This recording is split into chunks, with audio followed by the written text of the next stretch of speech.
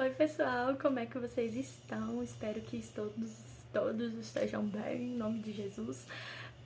Como no dia 12 agora de novembro é a prova do Enem, decidi trazer aqui pra vocês o meu testemunho, a minha experiência com esta prova abençoada do Senhor.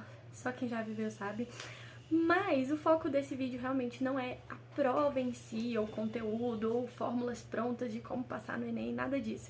Mas eu quero trazer a minha história, as minhas experiências, as escolhas que eu fiz, para realmente ressaltar como é importante a gente pautar a nossa vida em princípios, no meu caso, princípios cristãos baseados na palavra de Deus, que é imutável, e como quando a gente se compromete a viver esses princípios, a plantar as nossas sementes, na estação certa o Senhor manda a chuva.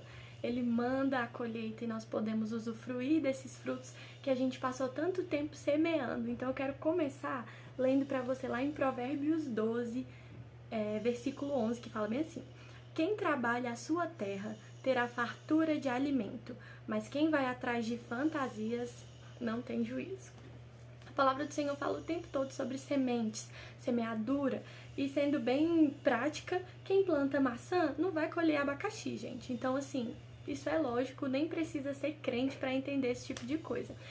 Só que às vezes a gente vive nessa fantasia do poder de Deus em cima das coisas que cabem a mim fazer. Então, o primeiro ponto aqui é o pré. Antes do Enem, eu tive essa consciência de que, bom, se eu não semear as minhas sementes aqui, eu não vou poder colher ou questionar a Deus por que eu não colhi. Então, no terceiro ano do ensino médio, lá em 2017, o que eu me liguei? Um ano antes, eu estava no segundo ano do ensino médio e eu passava as minhas tardes em casa, gente, bem tranquilona, fazia as minhas obrigações ali, ajudava minha mãe, lavava louça, fazia as coisas, e depois eu ficava bem de boa, assim, sabe, jogando, assistindo série, tranquila. No terceiro ano, o que eu pensei? Bom, se eu continuar assim, eu não vou passar em lugar nenhum. Então, tinha o PAS, tinha o Enem, eu precisava me posicionar ali naquele momento. Então, eu estudava em horário integral na terça e na quinta. O primeiro passo aí que eu fiz foi decidir ficar na escola todos os dias, o dia inteiro. Então, eu entrava acho que 7h30, saía 6 ou 5h30, sei lá, alguma coisa assim. Mas pra mim foi mais fácil porque a minha mãe trabalhava na escola, então eu tinha esse acesso, essa possibilidade, e eu ficava ali na biblioteca me esforçando pra poder aprender aquele tanto de matéria que tem. Então, esse preparatório foi muito importante e foram as sementes que eu lancei. Espero que você aqui à margem da prova tenha feito isso também. Mas o ponto não é esse, o ponto é o quê? Depois de feita a prova, depois de todo aquele nervoso, aquele caos que a gente sabe como é que chegou uma parte crucial nessa história, que foi a parte de decidir. Eu era uma pessoa muito indecisa, gente. O tanto que eu orei, Senhor, ilumina minha mente, meu caminho, porque é uma decisão importante, que eu vou ser, eu vou ser médica, eu vou ser professora, eu vou ser o quê? No segundo ano eu pensei em ser advogada, passou pela minha cabeça isso, mas entre várias possibilidades. Pensei em ser psicóloga, pensei em ser várias coisas. Mas ali orando, conversando com a minha família, por fim eu decidi que eu iria tentar o Enem para psicologia e para direito. Não necessariamente nessa ordem, né? Mas as duas possibilidades seriam interessantes para mim. Então chegou o momento de decidir, de fazer a inscrição. E nessa parte do testemunho foi muito desconfortável. Porque quando você vai fazer a seleção ali das bolsas, você pode escolher uma bolsa de 50%, né, no ProUni, ou uma bolsa de 100%. E na minha cabeça, gente, eu jamais conseguiria uma bolsa de 100% para direito ou para psicologia, porque eram pouquíssimas vagas e a minha nota não tinha sido tão boa assim. Mas aí entrou uma figura muito importante nessa história. Ele sempre reclama que eu não conto essa parte do testemunho, porque pra mim foi horrível. Mas o meu pai virou pra mim e falou assim: você não vai tentar a bolsa de 50%, Bruna, você vai colocar de 100%, você vai acreditar que você vai conseguir. Eu chorei tanto nesse dia, era o último dia pra fazer a escolha. Eu chorei, eu falei: pai, não vou conseguir, não quero. Ele falou: você vai. E aí, por fim, eu decidi escutá-lo e coloquei a bolsa de 100%. E nesse ponto eu chamo a sua atenção para uma história que é a história de Esther, e como é importante a gente ter do nosso lado pessoas que vão dizer a real e que vão nos impulsionar para coisas que às vezes nem a gente acredita que a gente é capaz de viver. Na história da rainha Esther, quando aconteceu todo aquele burburinho de que iriam matar os judeus e tudo mais, ela quis se omitir. Só que o tio dela, Mardoqueu, chegou nela e falou: minha filha, quem sabe não foi para um tempo como esse, se posiciona, reage, você é a rainha. Se não fosse a figura do tio dela na história da rainha Esther, talvez ela não tivesse tido coragem de viver o propósito. Na minha história não foi diferente. Se não fosse a figura do meu pai falando assim: minha filha, você vai sim, que negócio é esse? Você tem que acreditar que é possível você conseguir essa bolsa aí de 100%. Então foi fundamental a existência do meu pai na minha história, e eu chamo a sua atenção para ouvir as vozes que certamente na sua vida tem muitas vozes aí querendo dizer: ai, faz isso, faz aquilo, mas quais são as vozes que realmente estão te empurrando para o seu propósito e para aquilo que Deus tem para você? No meu caso, e nesse testemunho, era a minha bolsa de 100% tão desejada. Continuando aí a história, o que aconteceu? Não consegui de primeira essa bolsa, e foi um desastre no meu coração, gente. Isso me abalou de uma forma, porque eu sou um pouquinho controladora, e eu já tinha que idealizar do meu futuro. Não, eu vou sair da escola, eu vou fazer faculdade, eu vou me formar, papapá. Só que a prova foi em novembro, janeiro nada, fevereiro nada, e aí por fim eu já tinha desistido. Tinha tido a primeira chamada, a segunda chamada, eu falei: bom, não é pra mim. Fiquei triste com o Senhor. Na época tinha até aquela música Me Leva Pra Casa, sabe? Do Israel Subirá. E eu cantava muito aquele pedaço. Depois, arrependida de ter culpado o Senhor no meu coração, eu cantava pra ele: como pode me amar, sabendo que eu te culparia, pelo que não foi como eu queria. Como pode me amar assim? Eu cantava muito isso pro Senhor. Eu falava: ai, perdão, Senhor, mas o Senhor podia ter me ajudado, poxa vida, sabe? Foi mais ou menos isso aí que aconteceu.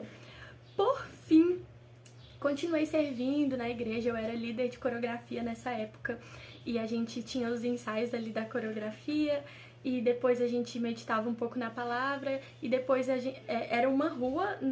Nesse momento os meus pais estavam pastoreando uma igreja, e era uma rua assim, tinha a igreja e depois as meninas moravam bem pertinho, então acabava o ensaio, a gente saía juntas, né, e cada uma ficando na sua casa. Quando eu estava voltando, eu morava do lado de cá e elas do lado de cá, então eu ia com elas e depois voltava pra minha casa. Quando eu estava voltando, eu recebi um telefonema. E nesse telefonema era da escola, né, da Unip, onde eu tinha tentado a bolsa. E ela falou assim: olha, Bruna, estamos aqui na terceira chamada. Se você quiser tentar, traz amanhã os seus documentos, traz tudo. Aí ela falou: eu vou te mandar o que você precisa trazer. Não é certeza de que você vai conseguir a bolsa, mas você vai estar tentando, né? Eu cheguei em casa dando pirueta de alegria nesse dia. Eu falei: meu Deus, pai, pode acontecer. Detalhe, eu já tinha me matriculado e já estava pagando a faculdade, né, privada perto da minha casa e tudo mais. Já tinha aceitado ali a minha derrota. Mas abriu-se então uma esperança. Fui lá. Foi a maior correria no dia seguinte pra gente conseguir tudo que precisava de documentação. Levamos lá. Quando a gente chegou, entregamos a documentação. Ela falou: bom, temos 3 vagas, que foram as vagas remanescentes de pessoas que não se encaixaram aqui, né, não trouxeram, enfim. E ela falou assim: você ficou em 18º lugar. E aí eu já me deu um balde de água fria, que eu falei assim: 18º lugar para 3 vagas? Na minha cabeça, se era impossível, então ali é que foi mesmo impossível. Mas deixamos ali a documentação, orei com sinceridade. Eu falei assim: Deus, o negócio é o seguinte, eu já tô até fazendo aqui a faculdade, pagando apertadinho, né, que coisa difícil é mensalidade de faculdade. Mas tô aqui pagando. Se o Senhor achar graça em mim, sabe? Se realmente não tem ninguém que se esforçou mais, sei lá. Eu fiz uma oração mais ou menos assim, gente, na minha sinceridade. Se o Senhor achar que é pra mim, se essa vaga for minha, abre essa porta. Se não, amém, vou seguir aqui minha vida. Gente, eu não sei se foi 1 ou 2 semanas depois, já era março, ou seja, já tava quase no fim do semestre. Já era março, E ela me ligou e falou assim, depois dessas semanas, que eu tinha conseguido a minha bolsa de 100% para a faculdade de Direito. Gente, o meu coração... Agora eu vou chorar com vocês. O meu coração se encheu de alegria, porque não foi só o fato de eu estudar, porque a minha nota não foi tão boa assim. Não foi o fato de eu ter servido somente na igreja, mas foi a bondade de Deus. Ele quis assim. Ele quis que o meu testemunho fosse assim. E ele sabia como o meu coração queria viver aquilo. E como eu confiava nele para fazer aquilo que as minhas forças não conseguiam. Nada mudou, né?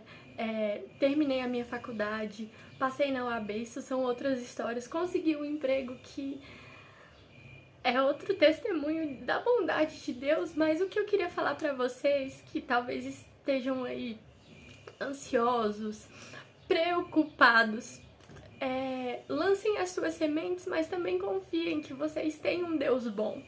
Confiem. Eu gosto muito lá em Levítico, agora eu não vou lembrar, é 20 e pouco, Levítico 20 e pouco, pesquisem aí, que fala assim que se vocês obedecerem aos meus mandamentos, eu mandarei, e semearem, né, as suas sementes, eu mandarei chuva na estação certa.